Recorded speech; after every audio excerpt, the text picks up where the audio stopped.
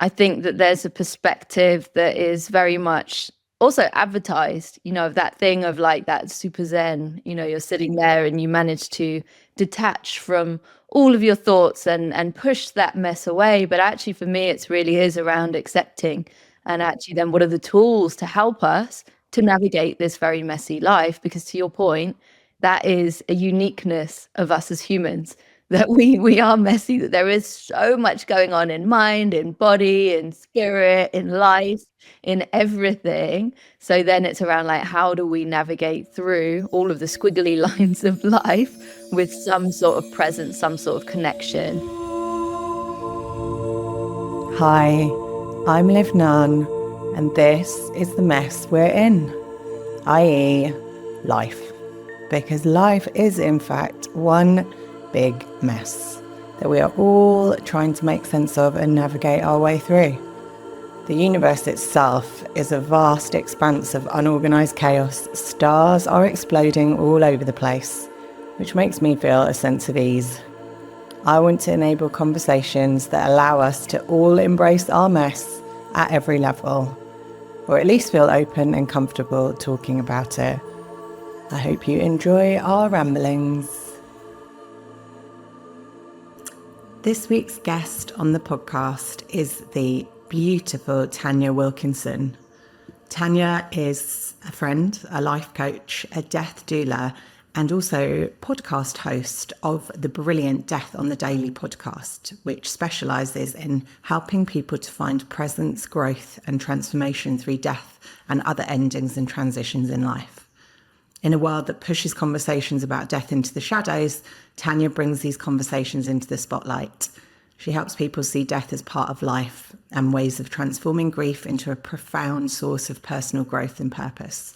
She's a real personal inspiration and support to me, and I'm really grateful to have crossed paths with her in our former careers in the music industry and found her again recently.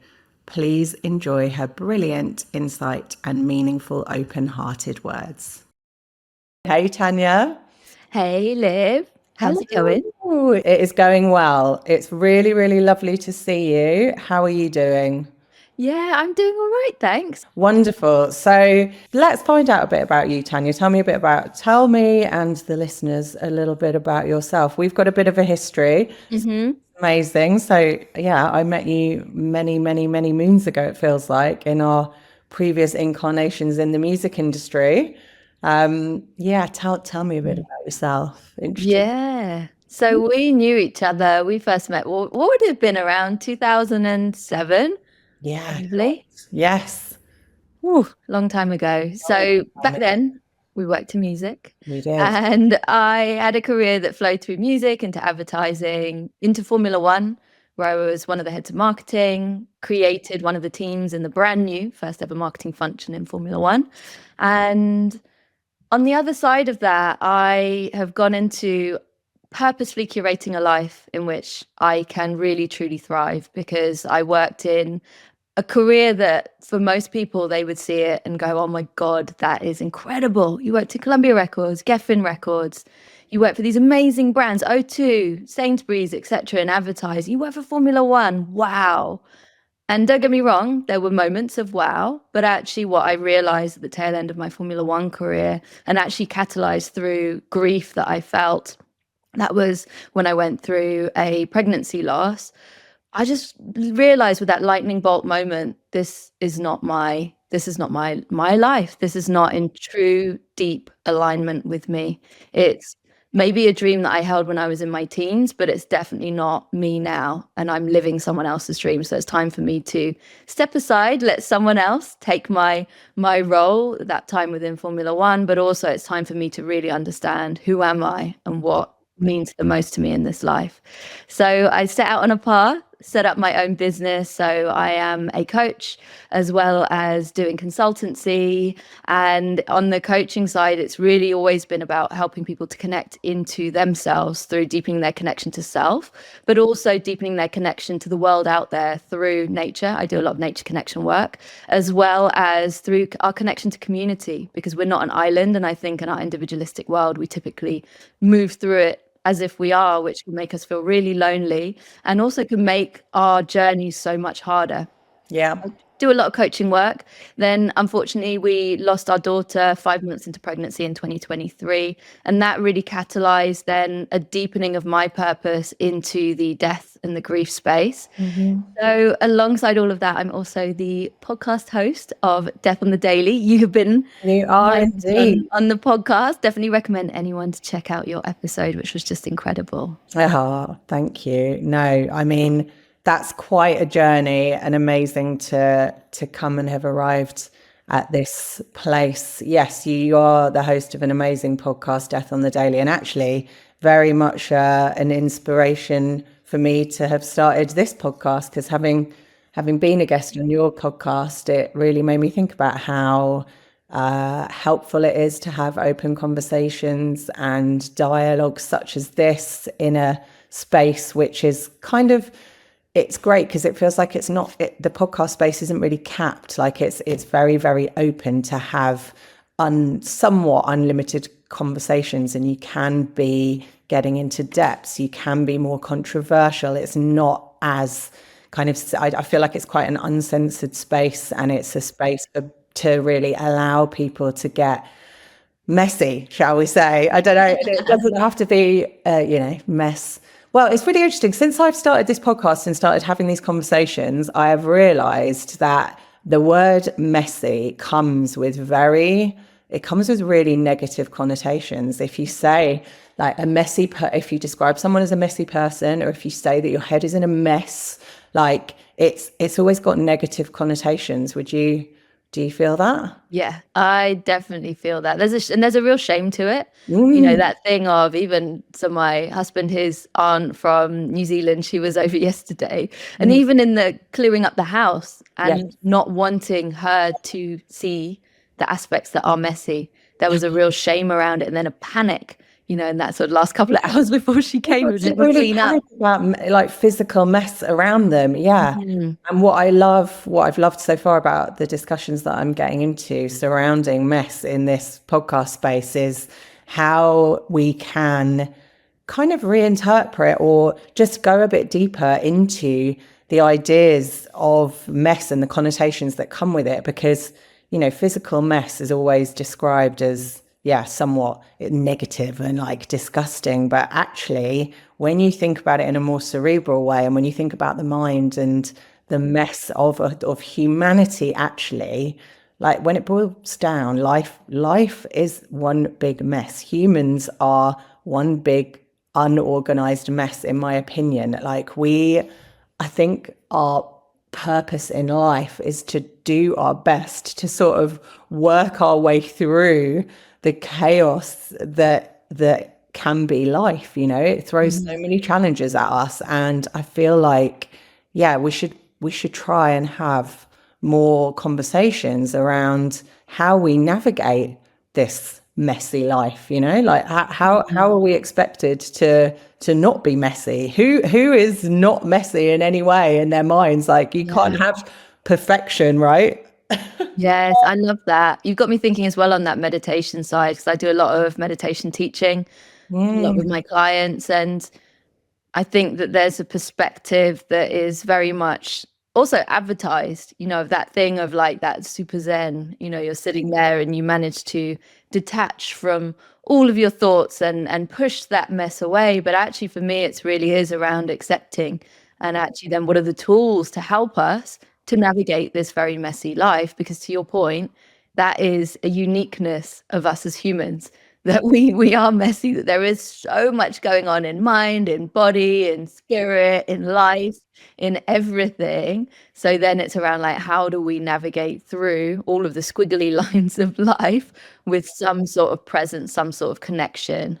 Yeah, completely. I can imagine, I think of the careers of coaches as being very much geared towards that assisting of people to navigate their own mess, right? That feels like it's the role of a coach to me. Yeah, I'd agree with that. And I think it's also helping people to really find acceptance with all aspects of who they are, And again, I think that's when we look at Instagram and the sort of filtered view that is never the reality. You know, even Kim Kardashian, I'm sure there's parts of her life, well, there definitely are many, many parts, but you only see certain aspects. And I think there's a real acceptance when we can find that acceptance of us, of actually who we truly are. Because I think that's what I see in coaching is there's that journey of sort of building that real deep trust with all of the wonderful people that I work with, and being able to say, it's okay, you can bring everything and let's unpack it. And there are no apologies ever needed, because to your point, we are all messy. We've all got those things. And I think, you know, again, I think the way that a lot of, not all, but there's certain coaches sort of present themselves as well on social media is that they don't show their flaws and they don't show those parts of their life that are completely messy. And actually, I think what that does is then it breeds that perception of, okay, I've got to show up and I've got to be quote unquote perfect here, and I can't bring those really messy, grubby bits of my life to the table. Isn't that such a paradox? Like that, even because of the sheen and like the way that even a coach's lifestyle, or you know, the way that they have to present themselves or represent themselves on social media is having set such a standard that might, like, it's such a paradox that means clients might feel the need to bring themselves in a certain way, like without being completely honest into that room, because of the expectations that come with a certain like assumption made around people's lifestyle. Because even, you know, your coaches, your therapists, but nobody is perfect. Everybody could be struggling. And the more that we're able to be like honest and open about that, but it's hard. Like you're saying, in the social media space, no one is on there like showing themselves completely full frontal having a breakdown. You know, no one's online saying, well, actually, maybe there are people. I mean, there are people, I think, being more and more honest. Like, yes. I do think that there's a lot more honesty, but I would say maybe it's a sweeping generalization. I think in terms of consumption, it's not going to be healthy or positive for people to sit and consume lots of content of people being really, I guess, honest and broadcasting real difficulties. It would make people uncomfortable. It would make me feel uncomfortable if I was constantly watching somebody having a really hard time, but it would make me want them to go and seek like one-to-one physical connection with somebody to help them through it, you know? Yeah. It's hard. It's hard. How much can we expose our mess to each other? How can we do it? How publicly can you do it? Yeah, I think that's a really interesting one. I think there are people who are doing it in a good way, and I think that there is definitely an opening. And I know obviously both of us are very much immersed in the grief space, and I think in the grief space that's exactly what you're seeing, where people in the past would never talk about it, or after, you know, there's always that typical thing of after a funeral you move on, you know, you should be over this by now, all those shoulds.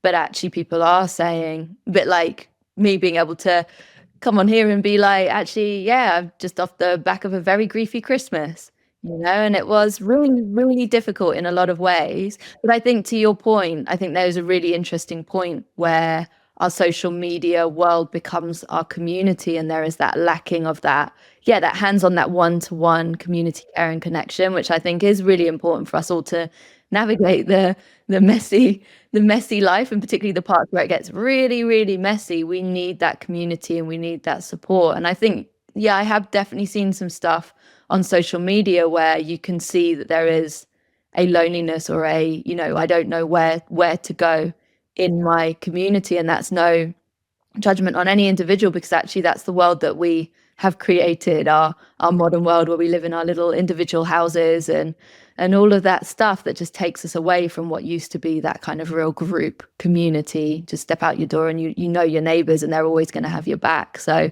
it's a very different world these days, isn't it? Yeah, the way that we experience mess together has migrated into an online space, and that's, in some ways, it's really reassuring and can be really helpful. And at other times, I think that's what I'm coming to in my head is, I feel like you have to strike a balance of knowing that there can be an online community. Because I agree, like there's, 10 years ago, maybe even 5 years ago, I wouldn't have felt comfortable coming into an online space or talking to you on a podcast and talking about my grief, the loss of my mum, how I've been affected, like mental health wise. Again, like talking open. Now I feel comfortable that I can sit here and be like, you know what? My head has been in a bit of a pickle actually over the last couple of weeks. Like I've felt very messy in my mind. It's been difficult. I've gone up and down.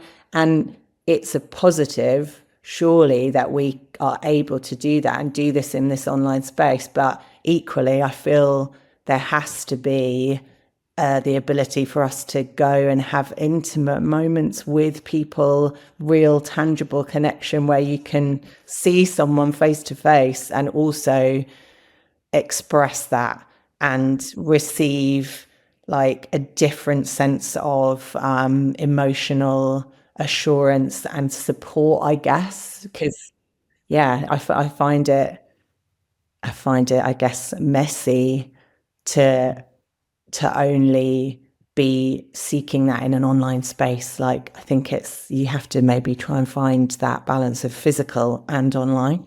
Yeah, I totally agree. And that emotional support, there is no, you're not going to get that through Instagram or wherever. No, you can't. Yeah. Exactly. Yeah. Can I ask that if you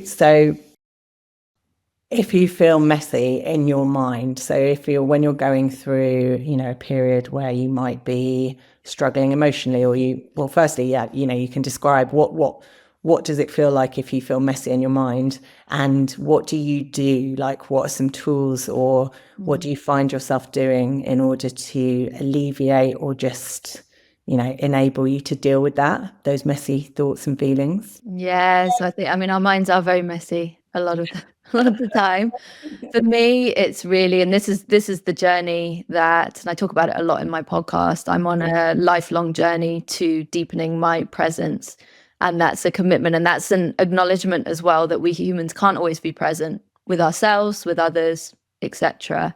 And that was really, I started the journey before. I think I started doing sort of meditation and practicing presence from like 2017. But it was, don't feel, sorry to interrupt, but when you say that you don't feel present, do you mean that like your mind is elsewhere? Like you're thinking away from what you're actually doing? Is it that kind of need to try and control it's typically that. So we're in the present moment now. Hopefully I'm fully present and connected with you. My mind's not wandering off, but our mind has a habit of wandering off, whether it's ruminating on the past or projecting into the future, going, oh my goodness, for example, tomorrow's Monday. What have I got on tomorrow, etc. And it really takes you away from being here. For example, me in connection with you takes me away from me being truly, deeply and completely here. And that is just, again, it's a part of our mind. Our mind does that. And it's also, I know we live in a world of disconnection too. So if you think about how many times that we have got, I don't know, a screen on in the background, or we're scrolling on our phone while we're also listening to someone speaking or whatever it is. Exactly. We live in take it to ourselves. We're literally like bringing a messy atmosphere into our minds by trying to sort of have all these different sources of information operating at once. What are we doing to ourselves? Exactly that. And I think in that as well, what that's done is, we live in a world where we just want to, at the click of a button or at the swipe of a phone and turn it on, to take us away as well from the difficult. That everything that in my own reflections of myself, in my work with my clients, and in all of my studies, you see that actually, we humans, when things get difficult, okay, what are my coping mechanisms? How can I disconnect from that which is painful, from that which hurts within me? And that is typically, okay, I'm going to go immerse myself, or I'm going to get a quick hit of dopamine, social media, let me go there, or I'm going to do whatever, and I work with clients. I've got clients who are like, oh my God, I've constantly got a screen on. And particularly when I'm stressed as well, I'll literally put Netflix on in the background, be on my for anything except sitting with myself. And I put myself again. This is where it's that thing of I come to this saying I'm going to be a lifelong student in this. Yeah. And I my love your honesty. That's great. And I think actually we all are. We all should admit to the fact that we do not know what is going to happen to us day to day. We're constantly learning, we're evolving. You have to be, that's great to hear. Like, I really, really commend you just being honest about that. Yeah, it's really interesting because I do a lot of workshops on the topic of rest, and Dr. Sandra Dalton Smith's 7 types of rest is a key pillar of what I teach. Okay, And amazing. it's really interesting because I always go into those workshops saying, I'm here to guide you through a rest experience. However, I'm not here to tell you that I am perfect at resting, that I have the optimal boundaries, that I have, the beautiful balance in life that means I always, jump out of bed. Like, that just isn't the case. But Great. actually, just as I use all those moments as my greatest teacher to say, oh, okay, I'm here again. Let me look at what is the patterns of why I'm burning myself out right now, I actually did it last night. I knew the answer was go to sleep. Had to again, should, when I didn't have to, No, real for my podcast. Yeah. That thing of, and then I said that my intuition said, don't do it. Just switch off. It's 8 p.m. now. Jordan's aunt had just left our house after we had a lovely meal. And so I was like, okay, I'm not going to do it. And then that 8:45, I was like, I'm just going to do it. And my boundary is after 8 p.m. screens off. And I know it affects my sleep. Yes. So what happens? I go and post that reel. Oh, yeah. And then 4 a.m. bolt upright. No way. Yeah. Do you think that was really significant because you did it after your time boundary? Oh, yeah. And that's the presence that you can have. So where we overstretch a boundary, where things get messy and we know that we're not helping ourselves, to be able to say, okay, what is it right now? And what are the conditions that I've created that could have affected my sleep or affected how present I could be with my family or whatever it is? And then it's about setting that intentionality to say, okay, therefore, tomorrow night, to start with that, tomorrow or today, I will, and set that, and then observe on the other side of that. So whenever I observe the night after, where I'm always, again, not always, sometimes I do mess up on the boundaries 2 nights in a row. Yeah. Then great. Admitting you're a messy human, that's okay. Human. But actually on the other side, if I get that great night's sleep after I've switched my screen off at 8 p.m. and I'm a bit of an early bird, so I don't want anyone listening to this be like, oh my God, should I be in bed at like 9 p.m.? No, that's just me. Like, I've always been like that. Even when I went to music, I'd be sort of crawling through the gigs and the after shows thinking, I just want to be in bed right now because this isn't my rhythm. But I always observe.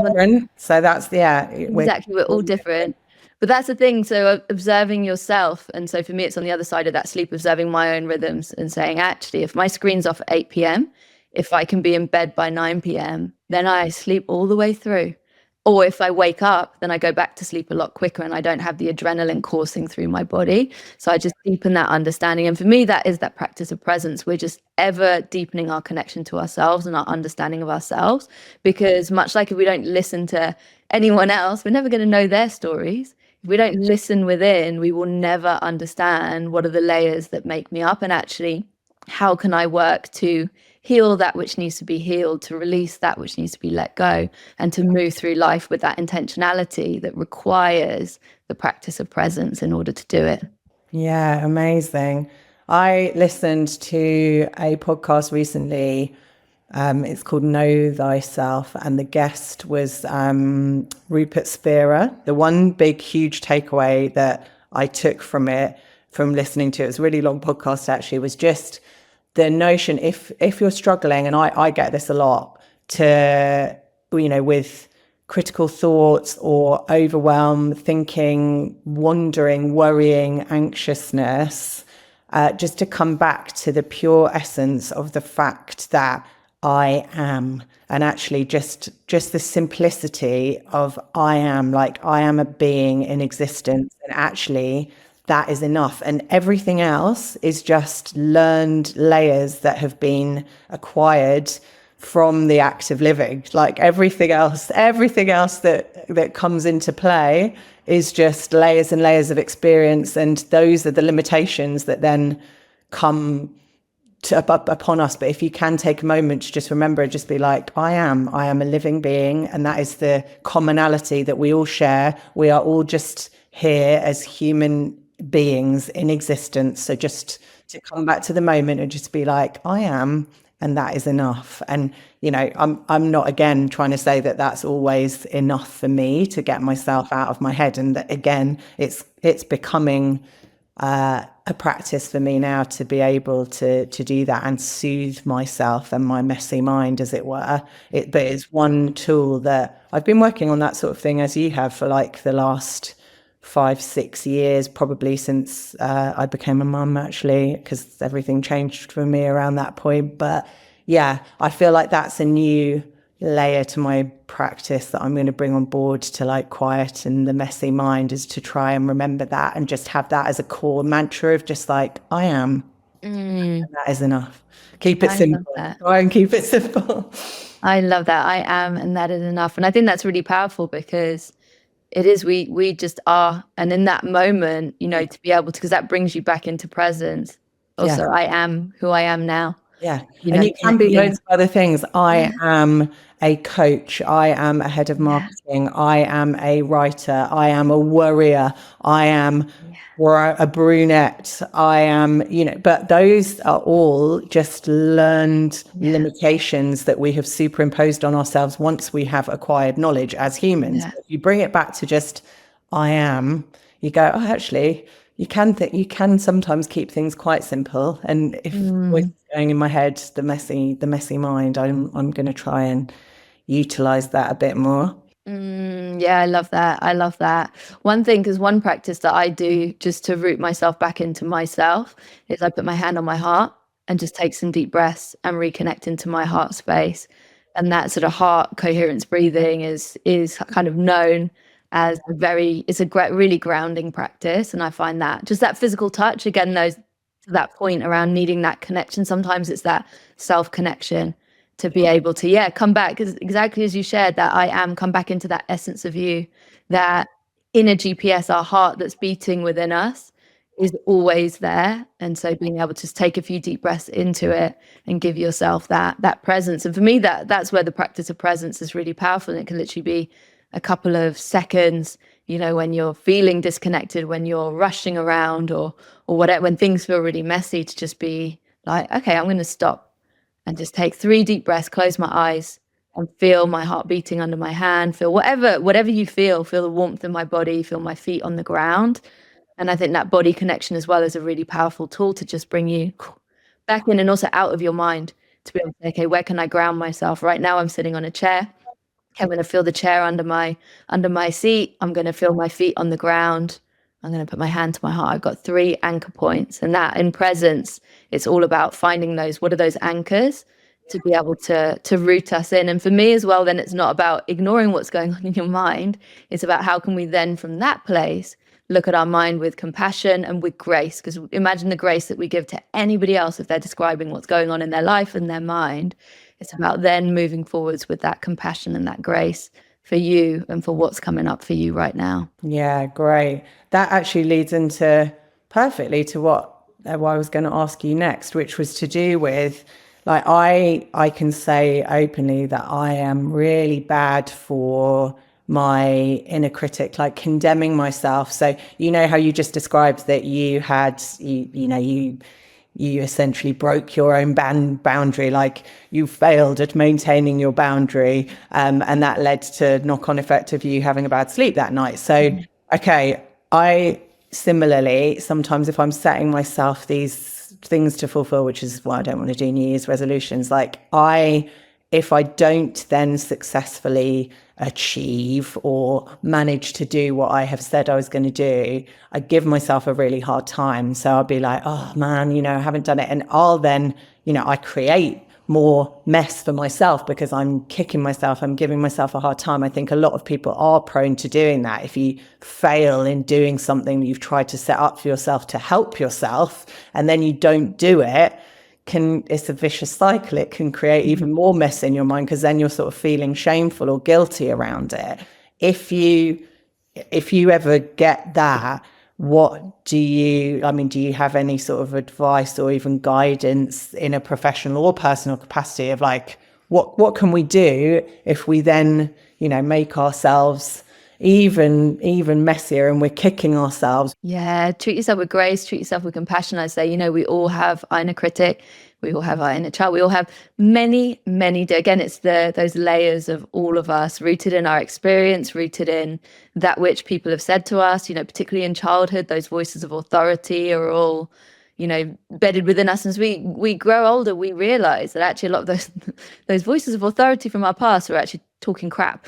But unfortunately, that's created this imprint within us. So firstly, it's that acknowledgement of we've all got all of these parts of us, and they come through from that subconscious. But actually, when I work with clients, and actually in my own practice as well, it's really about how can we, again, I think there's an acceptance that can be really, really powerful, to be able to say, you know what, I accept all of these parts of me. And that's not to say that we're going to say, I accept what you're saying, but for me, it's an understanding that actually underneath it all, there is a, protection, that part doesn't want you to get disappointed or whatever it is, doesn't want you to step out of your comfort zone.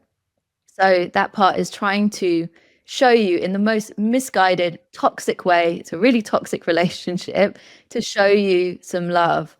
But actually, ultimately, what that's doing is holding us back from living in alignment, from pursuing our goals, from keeping on taking those steps when actually we have, quote unquote, failed, when it's actually probably not failure. It's just we've had a misstep and we just need to stay committed. We've just we've gone a little bit wobbly, like exactly.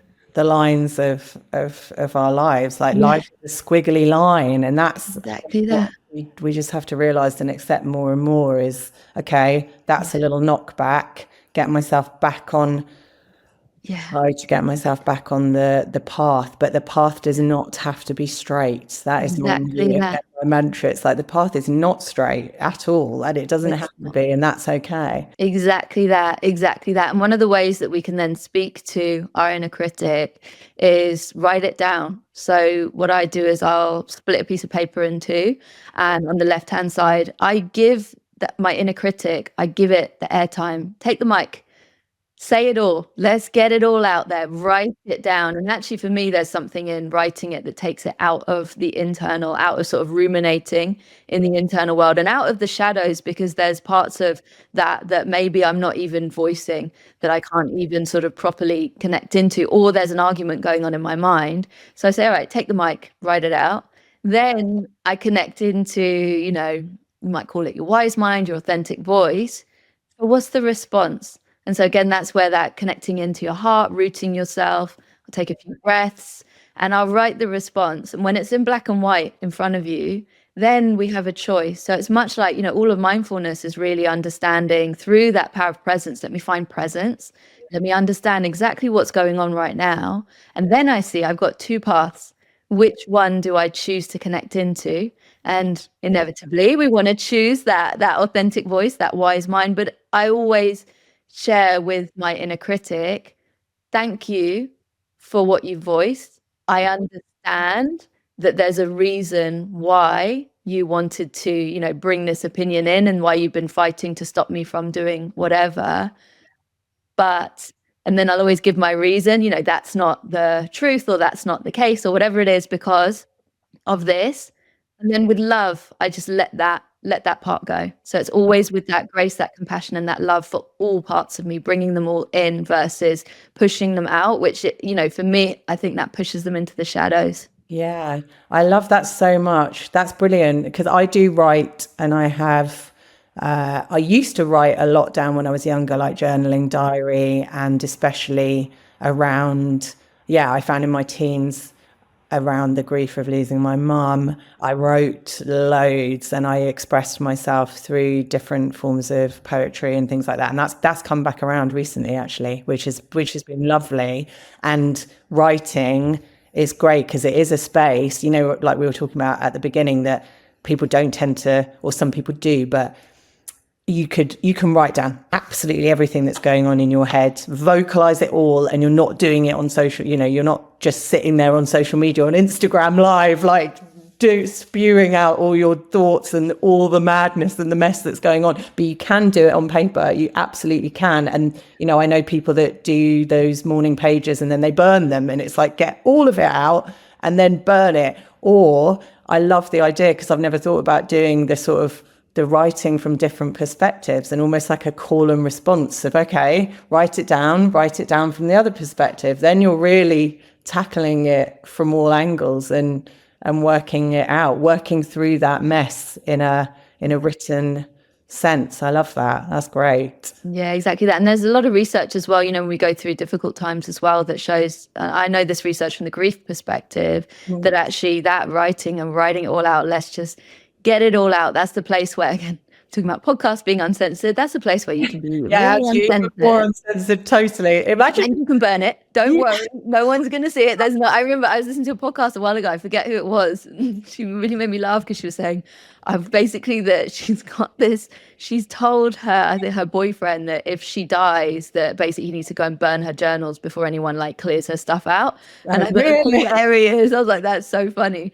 But you can burn those words. But I think there's a lot of research that shows that actually writing can be a really therapeutic, a form of. Obviously, it's not a replacement. I want to caveat that it's not a replacement for going to therapy or seeing a counselor, but it can be a form of therapy and can be really, really powerful, particularly I think when we live in a world where people can't hold difficult conversations as they should.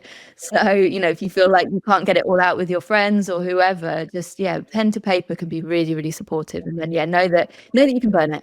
Yeah, totally. Do I was just thinking, how funny would it be if there was a podcast format where people just get on and read their journals from you just flick through, pick a page and read it, and you force people to just read what they wrote in 2008, 11th September, or, that would just be hilarious. But I don't know whether anyone would admit and do it honestly. It would be, it would be quite fun to see. There's a format in there somewhere. Do it.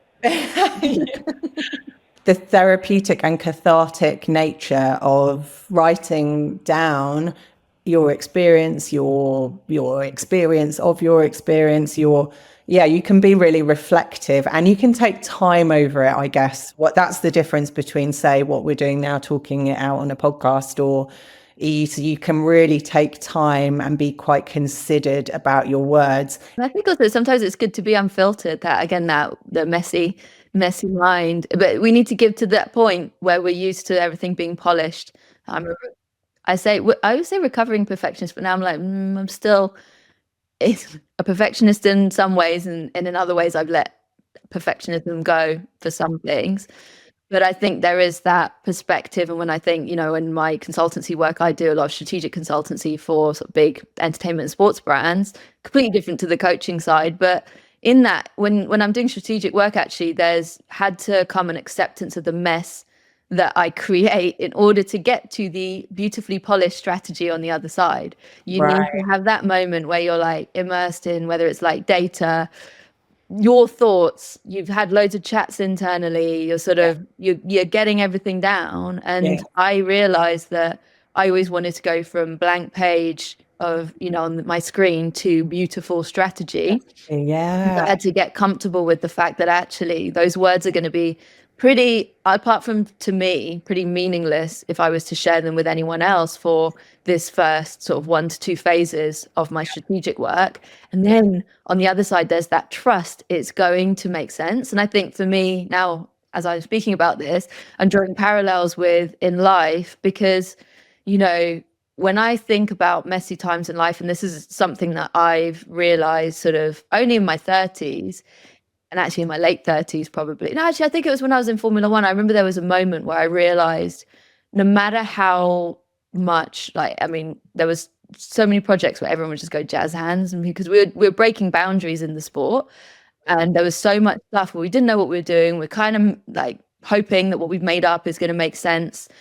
And it always did. It always works out. And that was a real life lesson, that it just in general, much the worst thing that I could have ever imagined going through as a human, losing our daughter, that I remember saying to my friend, I will never get through it. And I did. And there was growth and there were lessons and there was pain and there was it all in the messy, and there was joy. There was real joy in even getting the beauty of meeting her in stillness. There was still a huge amount of joy. So it was very confusing, everything that I was going through, but being willing to go through it. And that was my real commitment. I made a promise to her that I was going to be fully present with her no matter what. And now I'm thinking about it, that was in the mess and in everything. And it was messy in every single way, in the physical way, in the emotional way, and all of that stuff. But actually, in everything that I do in life, there is a messiness, and there has to be that acceptance and presence to be in the mess in order to get on the other side.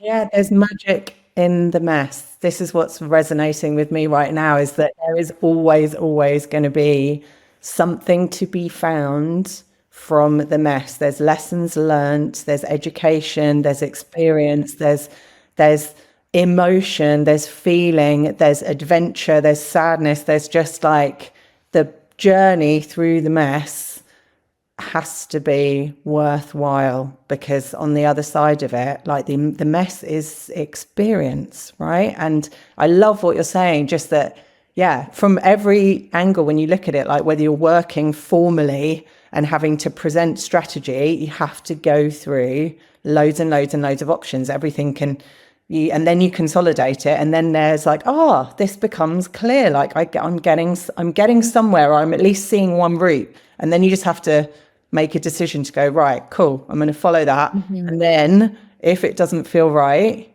you change it.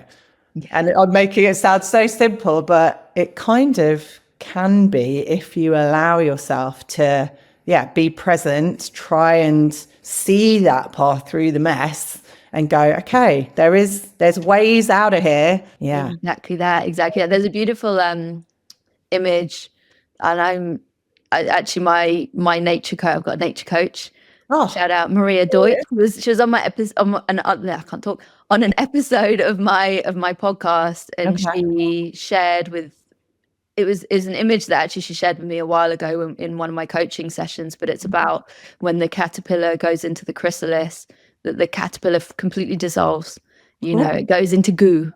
And in order to create the butterfly, so if you think, how messy is that? In my mind, I haven't seen what it looks like inside the chrysalis, but I've just got these two little floating eyes just going around. How did I get here? Like, what is going on? Like, where's my body? All the ingredients are there. Right mess. Yeah, it's a proper mess, but all the ingredients are there for the butterfly that is created on the other side.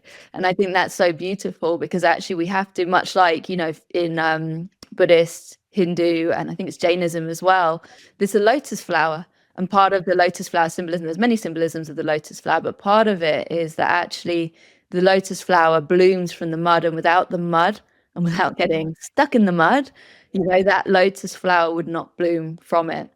So it's that acceptance of, okay, I'm in. And I have that where I'm in these moments and I think, oh yeah, I'm in chrysalis again. I'm in goo. I've got a few clients who always I love thinking about it in that way. I'm in goo. I'm in goo. Yeah. It's okay. Yeah. But you've got to just breath. How you get through it and how you become that butterfly. Yeah. And you will. And that's the thing. If we go, I'm in goo, how do I get back to caterpillar, or we just get stuck. Yeah. So it's that thing of, and I love it. I have clients now, because I do bring the nature connection into our coaching sessions, and I have clients where they'll show up and be like, I'm in a goo state. Really, I'm just going to get everything out. And I'm like, I love this. Let's just talk about it. Visualizing animations now of like goo caterpillar into butterfly. I love it. And the butterfly always emerges. In my experience as well, I think that's where I love talking about death, because there's an impermanence to everything, including those moments where the mess takes us into a goo state. There is an impermanence there, and there is a rebirth. Just as winter comes into spring, there's a rebirth on the other side. The butterfly shall emerge, and it'll feel beautiful. But in order for that butterfly to come, we have to go through the goo. Yeah, amazing. Oh. Can I ask, and I think, you've alluded already to a couple of experiences for you personally, and it can be, again, just feel free to pick any significant experience. But what would you classify in your life to date as the biggest mess or one of the biggest messes that you feel you've got yourself into, either physically or mentally? What would that be? Do you know what? It's interesting because I suppose emotionally, it feeling like messy times, you might think I'd say, oh, losing our daughter, ngā karaona. But actually, for me, that call to presence, my gift to her, which was, I'm going to be here from your diagnosis through to your death and your stillbirth. I'm going to be here no matter what. Actually ended up being her greatest gift that she gave me, because I realized then how much I can hold, and how actually things that on the surface feel like I'm going to have to crawl on my hands and knees to get through this, that actually I could with connection, and I could hold a lot more than I thought I could. So I wouldn't say that one, but I would say for me, Can I just say, like, I just think that is so inspirational, and oh, well, no, it's so inspiring the way that you have accepted and met that experience and that hugely emotional and difficult time, and what you have brought from it, and the way that your attitude towards it, I just think is phenomenal. So just again, like, it's so wonderful how you, I think, hopefully inspiring for everyone to hear that, from your mess, or I don't even want to call it, but that's what I mean about this whole notion of like what is even considered messy. Like, that's not for you. That was just a huge life experience that has from it created a lot of like your life now, and new work experiences, and you show up in life is yeah, exactly that. And I think, for me, it's because, that's not to say, if anyone's listening and thinking, oh my goodness, I've been through similar, but I didn't feel like that. That's not, and that's not to say that it wasn't the rawest, most visceral pain of my life. But there was almost, for me, that was a real teacher in exactly, how much we can be present to, how much we can hold. And I'm not, again, saying that we need to be fully present through every single thing that happens in life, because actually our body's mechanism to disconnect us, to disassociate when we go through real trauma and pain. Like, I disassociated in the scan when we found out her diagnosis. That's where my PTSD is rooted. But then I made the promise to her actually in the car on the way home from the scan. And from that point onwards, somehow managed to stay present. But if I hadn't of, in the messy way that life is, that would have been fine. But actually, for me, if I think about when has felt the most messy in my life, I'd say it's those moments where I wasn't present, where I was disconnected in some way. So if I think about my exit from Formula One, it was, rooted in, it was an early miscarriage that shone a light on the fact that, I have hypothyroid, and also a lot of other stuff that at the time, 14 years in music, advertising, sports, had basically done to my body, me not being boundaried, me not sort of getting the rest that I needed. And actually, if I root into where things have felt really messy, it's been in those moments, whether it's disconnection from my body, and I'm still going through. But, there was many times when I was working in the entertainment space where I remember, like, just little things, like you'd suddenly realize I've just been existing for 3 months around this event with constant heart palpitations, or with, like, my eye is twitching because I have had so much coffee. Or I know, we've talked about this before, but I've had those experiences before, and I have thought about it in some senses in this way, but actually really, really acknowledging now how, like, we weren't managing it at the time. We weren't addressing, we weren't present, we weren't managing. And then it was a culmination of all of it, like, and it had to come to a head. And then, like, we weren't processing as we went, we weren't present. I wasn't feeling, like, actually now knowing that you have to feel the emotions for anything to happen, and actually, but for your body to process and for you to become able to cope, you have to feel it, you have to allow it, and you've got to address it, and I never ever was like, I soared through my music industry years thinking I was there. really there. I'm just, God, yeah, like the anxiety, the constant, I was in permanent fight or flight. Like my nervous system was so activated the whole time. And yeah, I never knew how to feel, I don't think.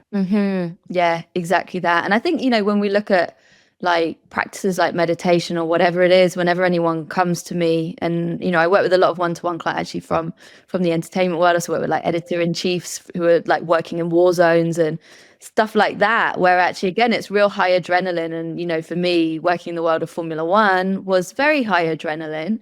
Really fast paced. There's another race every other week. Sometimes it's every week. You're constantly going. It's that thing of where I remember my boss Ellie used to say in F1, I was always so grateful when she said this, she'd be, just give us the reminder, it's PR, not ER. And Oh, really? yeah, I was thinking, oh my God, like we are all acting like it's ER. Like we're literally around, I don't know, the operating table in ICU and someone's about to die. It's like, it's not that deep, and actually it's not worth what we're doing to our body. And for me, it was actually, that miscarriage and whatever baby it was, who unfortunately, I lost very early in pregnancy, but that really shone a spotlight on, let me look underneath the bonnet of what's going on in my body. And that really shocked me, because on the outside, I looked healthy, seemed healthy, but actually there was damage that I was doing to myself. Keeping up the persona and keeping up the appearances, I'm sure. Yeah, it is. It is. And I remember I've had multiple bosses in my career who said, you're like a swan, you've heard that. You're gliding along. And you're graceful on top, but I'm just like, And that was always said almost as a compliment. Yeah. But actually now I think about it, no, because I was like that hard underneath. Yeah. And actually in those, what it should have been is, I've noticed you are like a swan. How can we help you? How can we open the dialogue together? How can you share more with us when you are feeling stressed, when you're feeling overloaded? And it's funny, isn't it? Sort of what is valued and commended in those sorts of spaces that actually just are not healthy for us. It serves the system because we're doing brilliant jobs and we're going the extra mile. Yeah, so that's the capitalist system of like, are we making the targets? Are we making the money? But are we actually making ourselves ill? And yeah, we were. We were. Yeah. We were. Oh, interesting. Yeah. No, I can appreciate that, definitely. Messy circumstances. Oh, there's my reminder to speak gratitude out loud. I every day at 2:00 that's the practice I'm doing at the moment as well. I've been doing it for about a year actually. to just speak gratitude out loud. That's a tip for everybody. I'm grateful right now for you, Tanya Wilkinson, and for this podcast space. There we go. That's just a little interlude of gratitude for us. I was going to ask you, I was going to be like, okay, should we do it? Yeah, you speak yours. Ooh. Yeah, what would mine be? I think today I'm really rooting into gratitude for my body. I was thinking about that a lot, because actually in the grief that I was holding over Christmas with the PTSD, it brings up quite a lot of anxiety. But actually, I suppose it's that in that connection between sort of my mind and my body, there's a real conversation that goes on to be able to say, okay, I need a bit like just before this, where I was like, right, I need to do breath work. Yes. I mean, obviously, I'm speaking to you, so it's not like, I don't know, I'm going to go do a big presentation, but I was like, I just need to do that to just ground and relax and give my body what it needs. So today I'm feeling real gratitude for my body. Do you know what is interesting is about how these notifications do take us out of our flow and make things messy. I think there's something really interesting there, because you've got me thinking about how I always, I go, as soon as I see something pop at WhatsApp, pop to my phone to check it, and it chucks you straight, because it takes, I think it's 20 minutes to get into a flow state. So it does take you out. Something like, don't quote me on it, I don't know the exact science, but it is something like that. So when we're constantly sort of chopping and changing, we don't give ourselves that time to just let it flow. Interesting. That's interesting. We can keep it in. It's messy. Yeah, exactly. But like these reminders, I feel or it's one of those, little changes or inputs that I've put in to try and organize my mind or be of assistance. It's like daily reminder to speak gratitude out loud. To be fair, usually I don't have sound. It's because I'm on my laptop. I don't usually have sounds on. I just usually it flashes up on my screen. So that's enough. But yeah, that's really interesting is that what's here to help the mess could actually be a contributing factor to throwing me off course and getting me back in it. I've got a tip I saw. It was actually on Thread, so I can't take credit for this, but it's someone who said, I don't understand why people don't use the do not disturb function. I have not got on my laptop right now, so I'm not here saying I've done it. But, on your phone or your laptop, you can put do not disturb on that silences any notifications. Okay. I saw that 2 days ago and it got me thinking. I was like, like, why Yeah. don't we? Why don't I just have sort of a couple of hours each day where my notifications will be on when I don't know if I'm pottering around doing stuff like cooking or things where I'm like, okay, that's fine if I have a distraction. But actually, when I am with a friend or in a deep conversation with someone I'm working with or whatever, Yeah. take that off. And that's not to say that I would leave that conversation, but even knowing that just pinging up in the corner could just take my eye off out of presence Yeah. for a second and throw me out of that flow state. Yeah, do not disturb. I haven't thought about it. There's all these things, aren't there? There's always so much help out there, so many technological advances that have happened that should be enabling us to help ourselves more. But I find that sometimes can just again make my head a bit too messy. Too many options for me, like makes things feel really overwhelming. Like just the access that we've got to absolutely everything. Right, a bit of a lighter one. How much mess do you think you can tolerate from other people? In a more so, are you like, how would you class yourself as a messy person in the physical space or like at home, around the house? Are you very tidy? And then how much can you tolerate from others, friends or partners, or what do you find? What's the real talk here? So I'm in the middle ground. I'm definitely not super messy, but I am messy. And my husband was laughing when I said I was coming on your podcast. Really? He's definitely the neater one. So when I went to Berlin last, and it was October, and it was so funny. And there's one of his clients who became one of my clients, and I saw that client soon after I got back, and he said, "Oh yeah, I saw Jordan, just after you left for Berlin," and he was really happy because he tidied up the house. Really? And everything was neat as a pin while you were away, and then you came and messed it up. I was like, yeah, that sounds about right. Amazing. So I definitely I'm looking. I've got the bag from when I was at home at Christmas. It's mostly unpacked, but there's basically 3 things in the bag, and it's just sort of like just on the floor in my office space. So Interesting. yeah. Again, I love how different we all are in these respects because, yeah, I could not. When we get back from a trip, I'm immediately like, that bag has to be unpacked and it's all go. And I can't, some people are out of sight, out of mind, right? So then some people would just happily hide the mess and just be like, right, oh, I'm going to just chuck it over there. But interesting. So you're okay with you feel calm around leaving things for a while or? Yeah. Well, so this is where it just shows that we are not perfect. Yeah. What you see on social media is not necessarily the reality. If anyone tunes into my podcast, they will see this beautiful, beautiful background. Yeah. Serene. But actually, there might be a bag down there, or there might be actually when I do my podcast, again, in the messiness that it is, I don't have a proper setup. So I've got my laptop balanced on basically one pile of books. Yeah. The good camera's balanced on another pile of books behind it. I love that. I did one podcast record where it was hilarious because I just managed to knock my water over and then knock the whole thing over. And they were it was Tripper and Jessica Tillery of the Dead Book, who I was having a chat with. They were just crashing up. Just still crashed out. So funny. And that is so me. So, I'd say in my house, it's not a messy house, but there's definitely corners of mess where to that point, there will just be piles of stuff that will accumulate. We've got a big dining table. So on that, they'll just be on the corner of it. There'll be a pile of stuff, or slowly that'll spread across the table. And then eventually I'll go, oh, I got to clean this all off. And looking at me every day being like, are you going to do it or what? Is this all your stuff? So I'm definitely, there's messiness in my life. And I think for me, it's that coming to an acceptance whilst also having intentionality of where I want to be less messy and where actually having things cleaned and cleansed is really positive. So for example, over Christmas, I cleared out the kitchen cupboards, long overdue. And I've now set an intention that I'm going to, and I've made it so that it's quite minimalist, actually. I'm quite proud of myself. Basically, where I can see all of the ingredients, so nothing's going to get stuffed at the back, and I'm going to be looking at it going, oh my God, this has got a best before date of 2020. Like, what was I doing? So it's all within eyesight, so that I'm always taking stock and going, what needs to be eaten? So there's no food waste, because that also upset me, thinking, oh my God, like this could have gone to people who needed this food.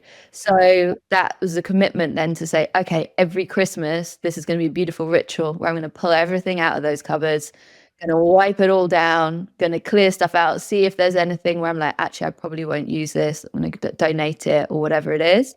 And keeping it going in a cycle, like a realistic timeline, right? Maybe of being like, okay, yeah, because I think for me, certainly, it's when it all piles up. If I let it pile up for too long and then suddenly it's, I have it even with when I'm trying to keep books tidy or things that my daughter creates, or just like I can see the piles of stuff. I'm like, oh God, all those artwork things that she's made, or all those bits of clay, or all those, and I feel like I have to keep it all. But actually, just going right once maybe it should be every month for me with that, or when I get my new kitchen finally, I'm like, how am I going to keep it organized? Because to your point, I feel the need also to set some sort of intention to be a bit more organized with that type of physical method, not letting it pile up and accumulate, because that's when it starts to affect my mind, because it becomes too big a thing to contend with.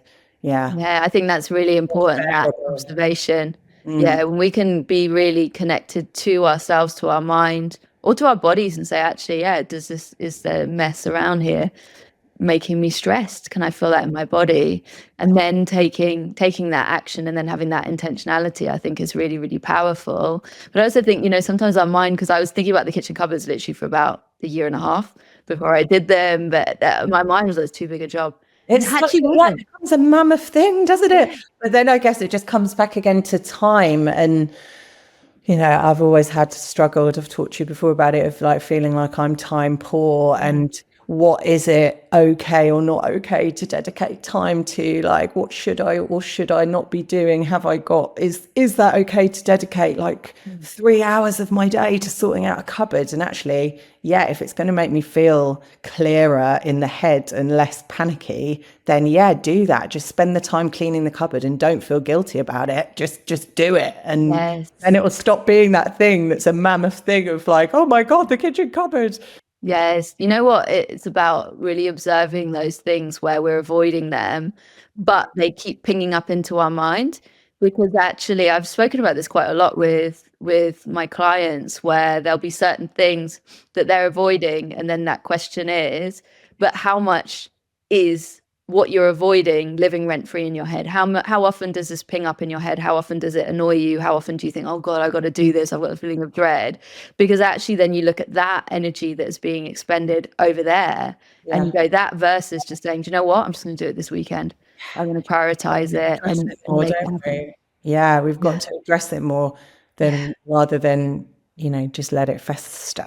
Let it for ages. Yeah, interesting. Love that. Right. One thing that I want to ask is, can you think of anybody in the public sphere, don't want to say celebrity, but like people of note realm, that you might see or have thought, gosh, they are like, you view them as a bit of a mess, like traditionally what people might think, oh my God, they're a bit of a mess, but actually they are amazing, inspiring. Good question. I think for me, what comes up when we think about people, like high profile people, is around that perspective of people who have had messy times and then had backlash. And now there's certain types of backlash, if you're racist, homophobic, etc., that is not acceptable. So for me, I'm like, put people like that over there. But there's people who've made mistakes in life, who've misstepped, who said the wrong things. And actually, I think, and this, when we worked in music, it was really, really ruthless as well. Yeah. Of if you make that misstep, then, You might be toast, you might be dropped. Yeah, like what people would say now is you would be cancelled.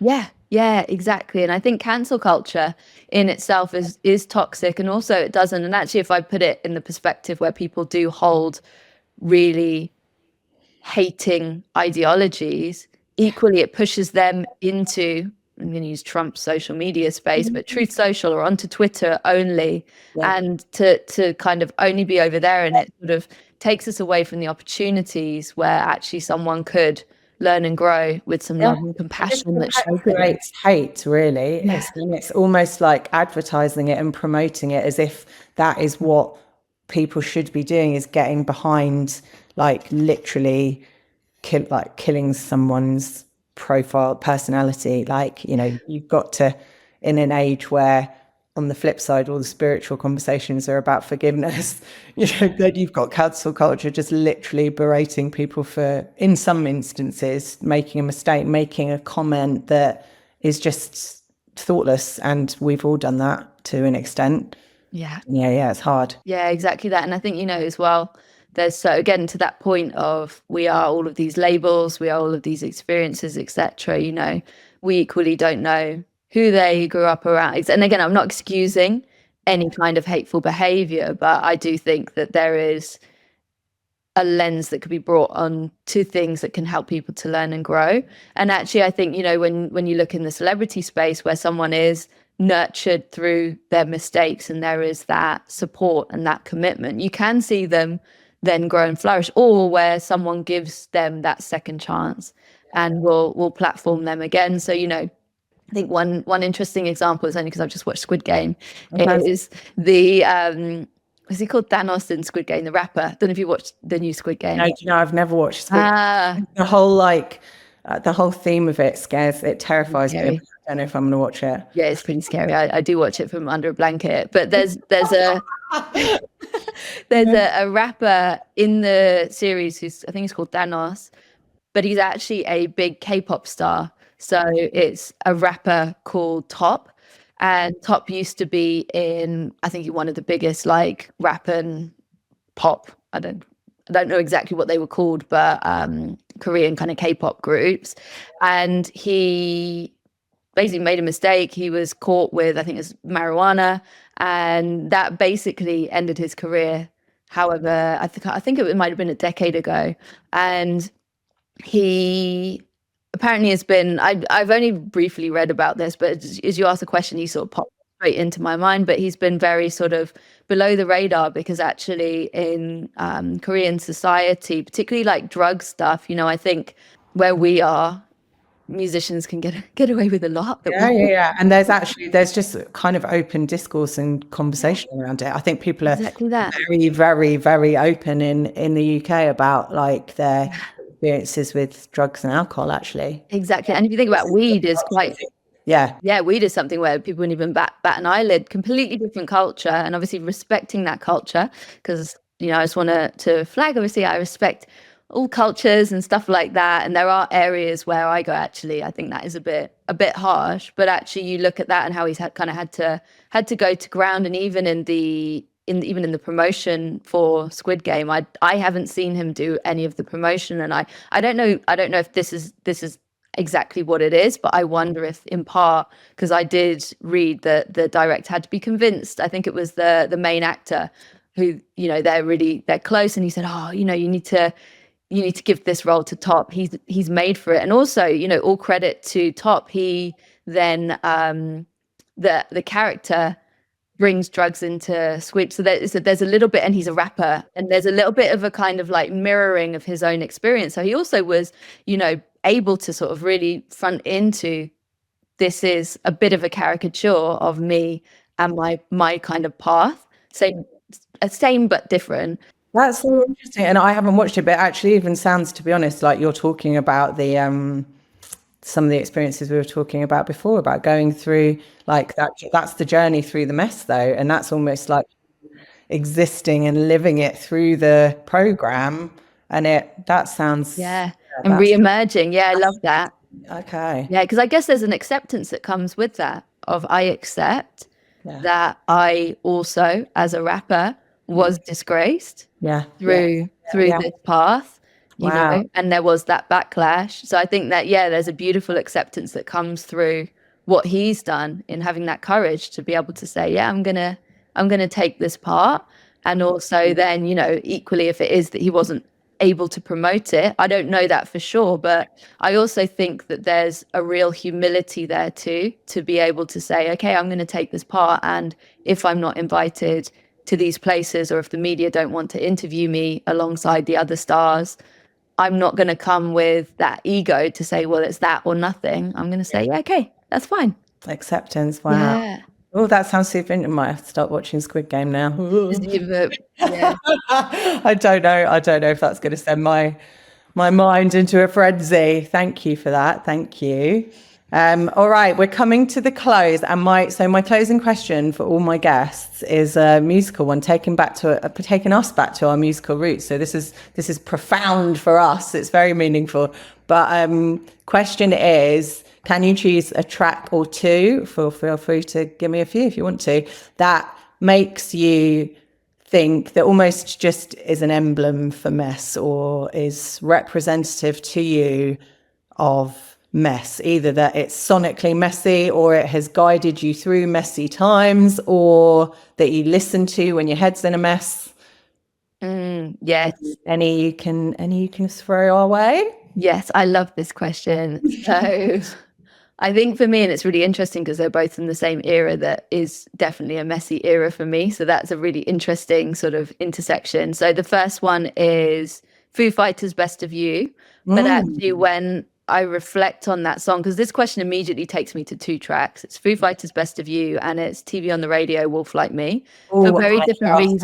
Oh my God, yes. Yeah. So good, right? And for me, it's for two different reasons. So Foo Fighters' Best of You was like a breakup song of kind of like uni. I definitely was at uni, because it was my uni boyfriend. We had a break, and that was the song that I just used to play. But actually, if I think about it, and I think about, again, that acceptance and not willing to be with myself, because actually when I think about how I was back then, I was insecure. I was reacting to a lot of stuff. He was far from perfect. He was controlling. There was all sorts of other things. You know, so we came as two very imperfect people, and there was a big rupture. But actually, I was listening to that song really externally, of someone's taking the best of me versus saying, actually, where am I not being the best of myself, being the best of myself for the best of myself. So that song takes me there, and then TV on the Radio takes me to, it's just a messy song, isn't it? It's just one. Yeah, it is. It's so like grungy and all over the place and loud and yeah. And that for me is what a lot of life can feel like, just feel really chaotic, and how the hell are we going to get through this, and all of that stuff. But I think those songs, I think one would have been about 2005, one about 2006, because it was just before I started at Columbia Records in 2007. Okay. And for me, that, if I think about that period of life, when I was at uni, I didn't know who I was. I was far from being my authentic self, and I was lost. Right. And similarly, when I started at Columbia Records, exactly the same. I was trying, and I think it's normal, late teens into your early 20s, like you're trying to find yourself. Started at Columbia Records at the age of 21, didn't know what the hell I was doing. Like, you know, didn't know. And music industry as well is one where there's a lot of, it's very cliquey, and there's a lot of trying to define yourself. Well, I certainly feel like I ended up just embracing all of it, and I let it define me. Yes. And for 13 years, I was Olivia Nunn from Island Records. You know, It's just like live from Ireland, I work at Island Records, and that was my identity. And actually, I do find it a little bit saddening that just so much of my life, I feel like I was actually unidentified, but as myself. But, you know, we've learned from it. We've matured. We're reflecting on it now. Yeah. And I think also that's it's a rites of passage, isn't it? You know, that is it. I think, and I remember someone saying to me, when you hit 30, things are so much better, because you really start to know yourself. You hit 40, it gets even better. Got that coming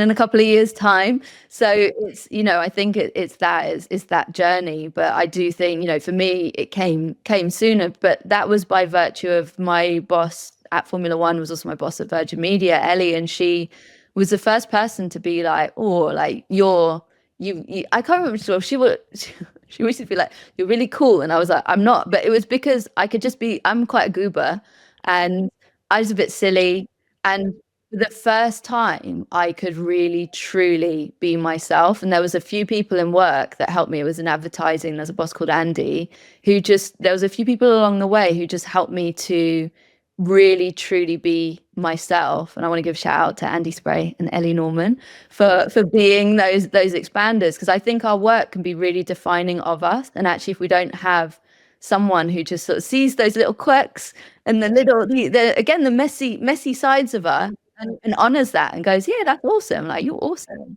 and allows you and encourages you. Yeah, I do have to, yeah, not being too sort of harsh and cynical towards my career at that time. Like I did learn a lot about myself, and I did definitely have people. I mean, there's such huge characters in the music industry, especially, but in those entertainment industries, that sometimes it can feel quite like, I don't know,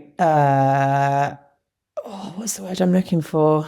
I don't know. It's just quite daunting to be like in amongst all those characters and feel that you can be your expressive. Like I'm a bit silly as well. Like I'm definitely on that. I err on that side of like playful and a bit ridiculous sometimes. And yeah, I've got a couple of people that did allow and really see that and encourage that. And I'll do shout out to Ted Cockle and Darkest Beast. Because yeah, they definitely were supporters of my as I was growing and discovering myself. So yeah, working our messy selves out, right? And here we are. Yes, we're still a mess, but we've defined ourselves through it. You know what? That is it. Because I think in that period, that's the bit where the squiggly lines all over the place, but we haven't quite come to that acceptance. Life is messy. We are messy. Doesn't need to be perfect. There is no perfect. Yeah. And I think that, yeah, when you go through life, you get to these different phases. Yeah. And for me, it was really like, yeah, hitting my 30s and just being like cruising through my 30s. And it's like every single year, I'm like, I get to know myself even better now. I've got a real good grasp. Yeah. And actually, I think I probably needed, if I could give a little letter to myself. I always do notes to self at the end of my podcast. Look at me trying to wedge my own. Nice, do it. Brilliant. Like to myself, back then it would just be that of accept that messiness. You're just finding yourself, and part of that is going to be, that comparison club and going, oh, I see this person. If I'm thinking about some people I worked with in music and I started to dress like them and things like that, to be like, that's okay. It's experimentation. That is the beauty of that time in life. But it can feel really messy, and I think it can feel really ungrounding, because without that sense of I really know who I am, I feel a bit like I don't know where the hell I am, and it feels like that TV on the radio song, which is great.